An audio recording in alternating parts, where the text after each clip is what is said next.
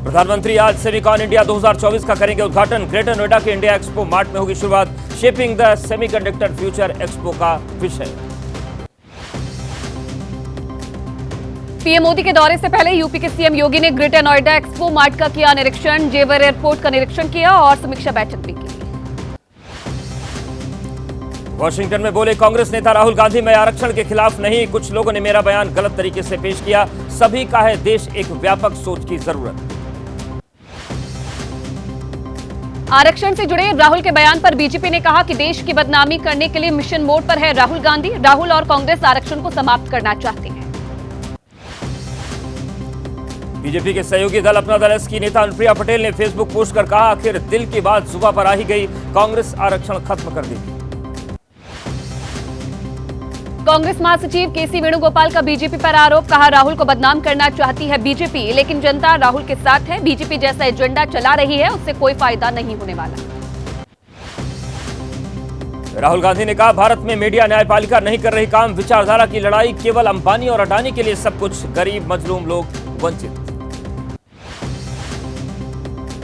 नेता प्रतिपक्ष राहुल का दावा, मुझ पर ढेर सारे केस हुए, जेल में है एक मुख्यमंत्री। भारत में लोकतंत्र टूटा, महाराष्ट्र में यही हुआ। लोकतंत्र वापस लाने के लिए संघर्ष कर रहे हैं हम लोग। सिख समुदाय पर राहुल के बयान पर बोले बीजेपी नेता अनुराग ठाकुर, महत्वपूर्ण पद पर होने के बाद भी गैर जिम्मेदाराना बयान दे रहे हैं राहुल, वो केवल देश को बदनाम करना चाहते हैं। एसएडी नेता परमबंस सिंह बंटी रोमाना ने कहा कि ये सच है, सिख समुदाय के साथ हो रहे गलत काम, लेकिन बीजेपी भी इसमें शामिल है। राहुल का इस विषय पर बोलना पाखंड। राहुल के बयान को एसपी सांसद डिंपल यादव ने सच बताया, कहा सच बोलने वालों से होती है बीजेपी को तकलीफ, राहुल सच बोल रहे हैं तो बीजेपी को दिक्कत है। राहुल गांधी का बयान, चीन ने भारतीय हिस्से पर कब्जा किया, करीब 400 स्क्वायर किलोमीटर भारतीय जमीन पर चीन का कब्जा, मोदी इससे कैसे निपटेंगे। कांग्रेस नेता हरीश रावत ने कहा, सारे अर्थशास्त्री कहते हैं कि सप्लाई चेन पर चीन का कब्जा, उसे चुनौती देने की बात कही तो क्या राहुल ने गलत कहा। केंद्रीय कैबिनेट की बैठक आज प्रधानमंत्री नरेंद्र मोदी की अध्यक्षता में शाम 6 बजे होगी केंद्रीय कैबिनेट की बैठक। दिल्ली में इंडिया आइडियाज समिट, केंद्रीय गृह मंत्री अमित शाह करेंगे संबोधित। यूएस इंडिया बिजनेस काउंसिल ने किया था आयोजन। विधानसभा चुनाव के लिए कांग्रेस के नेताओं का मंथन, दिल्ली में कांग्रेस पर्यवेक्षकों की हुई बैठक, खड़गे की अध्यक्षता में हुई मीटिंग। जम्मू कश्मीर विधानसभा चुनाव के प्रचार में कांग्रेस ने उतारे बड़े नेता, आज कांग्रेस अध्यक्ष खड़गे का चुनावी दौरा, अनंतनाग में जनसभा को संबोधित करेंगे। आज तिहाड़ जेल से रिहा हो सकते हैं सांसद इंजीनियर रशीद, कल दिल्ली के पटियाला हाउस कोर्ट ने दी थी अंतरिम जमानत, फैसले का रशीद की पार्टी एआईपी के नेताओं ने किया स्वागत। बारामूला से सांसद इंजीनियर रशीद के बेटे ने न्यायपालिका को धन्यवाद दिया, कहा उम्मीद है कि मिल जाएगी स्थायी जमानत। बीजेपी नेता अल्ताफ ठाकुर का बयान, रशीद की जमानत से बीजेपी पर असर नहीं, इससे उमर अब्दुल्ला और नेशनल कॉन्फ्रेंस पर असर पड़ेगा। उमर अब्दुल्ला ने कहा, रशीद को कश्मीर के लोगों से वोट लेने के लिए दी गई जमानत, बीजेपी कर रही है साजिश, लोगों से अपील किसी तरीके से वोट न बांटे। जम्मू कश्मीर में विधानसभा चुनाव को लेकर तैयारियां, बीएसएफ के आईजी दिनेश कुमार बोरा ने की डोडा के गंडों में सुरक्षा व्यवस्था की समीक्षा, कहा लोग बिना डर के चुनाव उत्सव में हिस्सा लें। हरियाणा विधानसभा चुनाव के लिए नामांकन जारी, आज पूर्व सीएम भूपेंद्र सिंह हुड्डा भरेंगे पर्चा, गढ़ी सांपला सीट से चुनाव लड़ रहे हैं। कांग्रेस प्रत्याशी विनेश फोगाट आज जुलाना विधानसभा सीट से करेंगे नामांकन, जुलाना से जींद तक करेंगे रोड शो, सांसद दीपेंद्र हुड्डा और सतपाल ब्रह्मचारी रहेंगे मौजूद। विनेश फोगाट ने कहा, पूरा भरोसा है कि जनता हमारा साथ देगी, हमें मोदी जी से कोई उम्मीद नहीं, हमने जो झेला कांग्रेस सरकार बनने पर किसी को नहीं झेलने देंगे। कांग्रेस नेता दीपेंद्र हुड्डा ने हरियाणा में कांग्रेस सरकार बनने का दावा किया है, कहा सभी जानते हैं कि ब्रजभूषण ने अन्याय किया, फिलहाल मामला कोर्ट में है। हरियाणा के पूर्व मंत्री अनिल विज आज दाखिल करेंगे नामांकन, अंबाला छावनी विधानसभा सीट से बीजेपी के टिकट पर लड़ रहे हैं चुनाव, दोपहर 12 बजे नामांकन के लिए रवाना होंगे।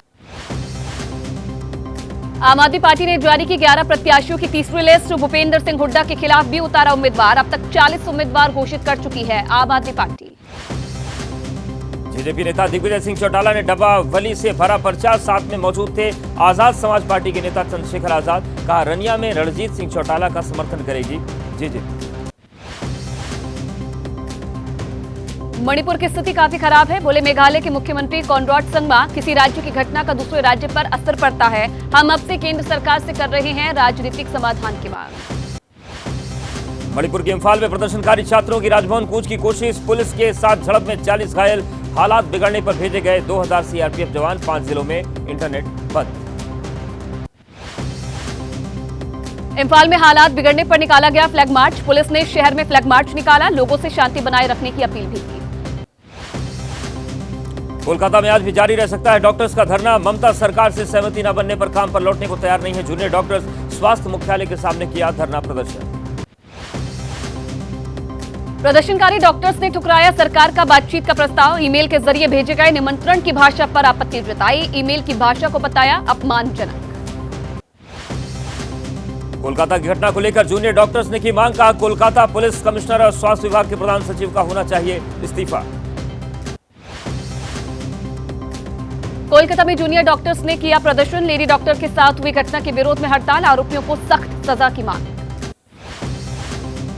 पश्चिम बंगाल के स्वास्थ्य राज्य मंत्री चंद्रिमा भट्टाचार्य का बयान, कहा मुख्यमंत्री ने आंदोलनकारी डॉक्टर्स की ओर से शांति की पहल कर सकारात्मक दृष्टिकोण अपनाया। पश्चिम बंगाल में 5 नए पोक्सो फास्ट ट्रैक कोर्ट बनेंगे, पश्चिम बंगाल की कैबिनेट में लिया गया फैसला, अभी पोक्सो फास्ट ट्रैक कोर्ट की संख्या है 62। पश्चिम बंगाल के मुख्यमंत्री ममता बनर्जी का नया फरमान, सभी मंत्रियों को डॉक्टर्स के आंदोलन को लेकर कुछ भी बयान देने से मना किया, कहा जो कहूंगी मैं कहूंगी। नीतीश कुमार को लेकर तेजस्वी यादव का बड़ा दावा, जब हमारे घर आए थे तो गिड़गिड़ा रहे थे, लेकिन अब नहीं करेंगे उनका भला, कोई नहीं जानता कि नीतीश कब पलटी मार देंगे। आरजेडी नेता तेजस्वी के बयान पर जेडीयू की तीखी प्रतिक्रिया, बीजेपी ने चुनौती देते हुए कहा वीडियो है तो जारी करिए। तेजस्वी यादव ने एबीपी न्यूज से कहा कि बीजेपी से कहते हैं कि आरजेडी में नहीं जाएंगे, हमारे साथ थे तो कहते थे कि बीजेपी में नहीं जाएंगे, खत्म हो गई है नीतीश की विश्वसनीयता। आरजेडी नेता तेजस्वी का आरोप, नीतीश बिहार संभालने लायक नहीं, कानून व्यवस्था चरमराई, अपराधी भ्रष्टाचारी को सत्ता का समर्थन, ये लोग आरक्षण और संविधान विरोधी। जेडीयू प्रवक्ता राजीव रंजन ने कहा सीएम नीतीश गिड़गिड़ाने वाले नेता नहीं है, नीतीश ने तेजस्वी और उनकी पार्टी आरजेडी को नया जीवन दिया, तेजस्वी अपनी भड़ास निकाल रहे हैं। बीजेपी प्रवक्ता कुंतल कृष्ण ने दी चुनौती, कहा वीडियो है जारी करिए, नीतीश सबके सामने आरजेडी के साथ जाने को गलती मानकर माफी मांग चुके। नीतीश को उपेंद्र कुशवाहा की सलाह, बार बार ये कहने की जरूरत नहीं है कि कहीं नहीं जाएंगे, आरजेडी कितनी भी कोशिश कर ले उसे नहीं मिलेगी सफलता। नीतीश के अब इधर उधर नहीं जाने के बयान पर लालू की सधी हुई प्रतिक्रिया, कहा ठीक है नहीं जाएंगे तो कोई बात नहीं। शिमला के संजौली में अवैध मस्जिद को लेकर विवाद, चप्पे चप्पे पर कड़ा पहरा, हिंदू संगठनों ने आज संजौली में प्रदर्शन का ऐलान किया है, प्रशासन ने नहीं दी है प्रदर्शन की इजाजत। संजौली में प्रदर्शन के ऐलान पर शिमला के एसपी ने कहा इलाके में धारा 163 लागू, प्रदर्शन की इजाजत नहीं, लोगों से शांति बनाए रखने की अपील। मस्जिद मामले पर बोले मुख्यमंत्री सुक्खू, कानून करेगा अपना काम, वित्तीय कुप्रबंधन के मुद्दे पर विपक्ष को घेरा, कहा 2017-18 में राजस्व घाटा, अनुदान 11,000 रुपए तक मिला, लेकिन अब मिलेगा 3,000। मंडी के जेल रोड अवैध मस्जिद के निर्माण का दावा, लोगों ने निकाली रैली, कहा लोगों की अवैध निर्माण होती तो तुरंत कार्रवाई, लेकिन अवैध मस्जिद पर कोई कार्रवाई नहीं हो रही है। यूपी कांग्रेस अध्यक्ष अजय राय ने राज्यपाल को लिखा पत्र, मंगेश यादव के एनकाउंटर को लेकर राज्यपाल से अपील की, हाईकोर्ट से सिटिंग जज से न्यायिक जांच की मांग की है। महाराष्ट्र के सोलापुर में रेल ट्रैक पर मिला था बड़ा पत्थर, सूत्रों के मुताबिक 4 सितंबर का मामला, करदुवाड़ी रेलवे स्टेशन के करीब 1 किलोमीटर दूर बने सिग्नल पॉइंट की घटना। गिरिराज सिंह ने एक्सपोज करके कहा कि रेल ट्रैक के पास से अवैध निर्माण होने चाहिए ध्वस्त, पत्थर मिलना बड़ी व्यवस्थाओं का हिस्सा है जो आतंकी गतिविधियों को बढ़ावा देता है। कानपुर में कालिंदी एक्सप्रेस को डिरेल करने की साजिश, एडीजी रेलवे ने कहा घटना से जुड़ी जानकारी देने वालों को दिया जाएगा इनाम। कानपुर में 10 संदिग्धों से पूछताछ जारी, रेलवे अधिकारियों के मुताबिक जल्द होगा घटना का खुलासा, घटना से जुड़े कई लोगों को किया गया है चिन्हित। रेलवे ने एक्सपोस्ट कर जारी की चेतावनी, का रेल पटरियों पर किसी भी प्रकार का सामान रखना दंडनीय अपराध ही, यात्रियों की सुरक्षा के लिए हो सकता है घातक। ट्रेन डिरेल करने की कई साजिशें सामने आई हैं। अतिरिक्त सतर्कता बरत रहे हैं वंदे भारत ट्रेन के पायलट। 135 किलोमीटर घंटे की रफ्तार की चलने वाली ट्रेन की सुरक्षा का ध्यान रखा जा रहा है। यात्रियों ने रेल ट्रैक पर भारी सामान मिलने की घटनाओं पर जताई चिंता। कहा रेलवे और सरकार लगाए लगाम। कुछ यात्रियों ने सरकार को बदनाम करने की साजिश बताया। वंदे भारत ट्रेन के क्रू मेंबर्स भी ट्रेन डिरेल करने की साजिश पर चिंतित दिखे। कहा यह बढ़ा देता है रेल कर्मचारियों की चुनौतियों। झांसी में रेलवे प्रशासन ने बढ़ाई सख्ती। आरपीएफ टीम और रेल कर्मचारियों के साथ की रेल ट्रैक की जांच। पटरियों के आसपास की जांच में कर्मचारी जुटे। लखनऊ कानपुर रेल रूट पर बिजली की तार टूटने से करीब 4 घंटे ठप पड़ा रहा ट्रैक। काउंटर पर परेशान यात्रियों की रेल कर्मचारियों से बहस हो गई। उन्नाव जंक्शन पर कई ट्रेनों को रोका गया। आज कई राज्यों में भारी बारिश का अलर्ट। एमपी, छत्तीसगढ़, दक्षिण उत्तर प्रदेश के लिए चेतावनी जारी। पश्चिम बंगाल और राजस्थान के लिए भी अलर्ट।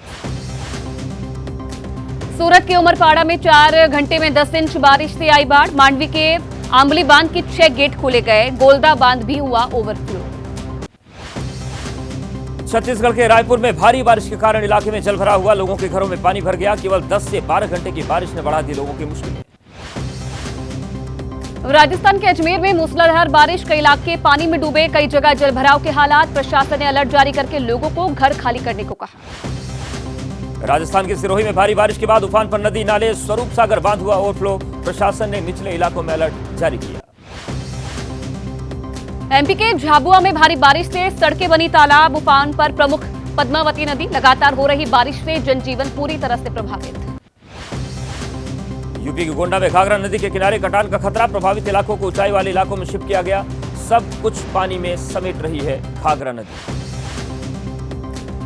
आंध्र प्रदेश कांग्रेस अध्यक्ष वाईएस शर्मिला ने बाढ़ प्रभावित क्षेत्रों में लोगों से मुलाकात की। कहा लगभग 6,800 करोड़ रुपए का नुकसान हुआ है और फिर भी केंद्र सरकार ने मदद नहीं दी है। लखनऊ में देर रात मौसम सुहाना हो गया। कई इलाकों में तेज हवाओं के साथ बारिश। उमस भरी गर्मी से लोगों को राहत। बहराइच में बीती रात फिर से भेड़िए का हमला। 11 साल की बच्ची पर किया अटैक। इलाज के लिए कराए गए अस्पताल में भर्ती। लोगों में दहशत का माहौल। बहराइच में पकड़े गए 5वें भेड़िए को गोरखपुर लाया गया। शहीद अशफाक उल्ला खान जू लाया गया भेड़िया। इसके पहले एक भेड़िए को गोरखपुर चिड़ियाघर लाया गया था। यूपी के बाद अब एमपी में भी भेड़ियों का आतंक। खंडवा जिले में भेड़िए ने कई लोगों पर हमला कर दिया है। सीहोर जिले के रेहटी में भी भेड़िए ने एक शख्स को हमला करके घायल कर दिया। यूपी मदरसा एक्ट से जुड़े मामले पर सुप्रीम कोर्ट में सुनवाई। असंवैधानिक घोषित करने के इलाहाबाद हाई कोर्ट के फैसले के खिलाफ दाखिल याचिकाओं पर होगी सुनवाई। मदरसा मामले में एनसीपीसीआर भी पहुंचा सुप्रीम कोर्ट। कहा शिक्षा का सही माहौल नहीं है। मजहबी तालीम पर है जोर। बच्चों को नहीं मिल पा रही है मुख्य धारा की शिक्षा। संसद सुरक्षा में लापरवाही का मामला। आरोपी नीलम की जमानत याचिका पर पटियाला हाउस कोर्ट का फैसला। आज दिल्ली पुलिस ने किया नीलम की बेल का विरोध। भारत बांग्लादेश सीमा पर आतंकियों के साथ मुठभेड़ में बीएसएफ जवान शहीद। त्रिपुरा में भारत बांग्लादेश सीमा पर हुई गोलीबारी। अस्पताल पहुंचने से पहले ही जवान ने तोड़ा था। गोरखपुर में मदरसे में पढ़ने वाली 6वीं क्लास की छात्रा से दरिंदगी। मौलाना पर छात्रा से रेप का आरोप। पुलिस ने आरोपी के खिलाफ मुकदमा दर्ज कर गिरफ्तार किया। कर्नाटक में महिला डॉक्टर पर चप्पल से हमला करने का मामला। पुलिस ने हमला करने वाली महिला को गिरफ्तार किया। डॉक्टर्स के विरोध के चलते महिला गिरफ्तार। उन्नाव में टीचर ने की छात्र की पिटाई। ब्लैक बोर्ड पर लिखा पढ़ ना पाने के कारण छात्र की पिटाई हुई। प्राइमरी स्कूल की शिक्षक पर डंडे से बच्चे की पिटाई का आरोप। हिमाचल प्रदेश के सोलन में निजी विश्वविद्यालय में रैगिंग। एक छात्र ने यूनिवर्सिटी के कुछ सीनियर्स पर लगाया रैगिंग का आरोप। शिकायत के बाद पुलिस ने दर्ज की एफआईआर। सहारनपुर रेलवे स्टेशन पर एक यात्री से 90 लाख रुपए कैश बरामद। रकम के बारे में सही जानकारी न देने पर आरपीएफ ने जब्त की रकम आयकर विभाग को जानकारी दी गई। दिल्ली एयरपोर्ट पर पहुंचते ही पैरालंपिक खिलाड़ियों का शानदार स्वागत। एयरपोर्ट पर मौजूद लोगों ने लगाए भारत माता की जयकारे। खिलाड़ियों के प्रदर्शन पर की हौसला अफजाई। पेरिस पैरालंपिक में भारत की झोली में आए कुल 29 मेडल। भारतीय खिलाड़ियों ने पैरालंपिक के इतिहास में अब तक का सबसे शानदार प्रदर्शन किया।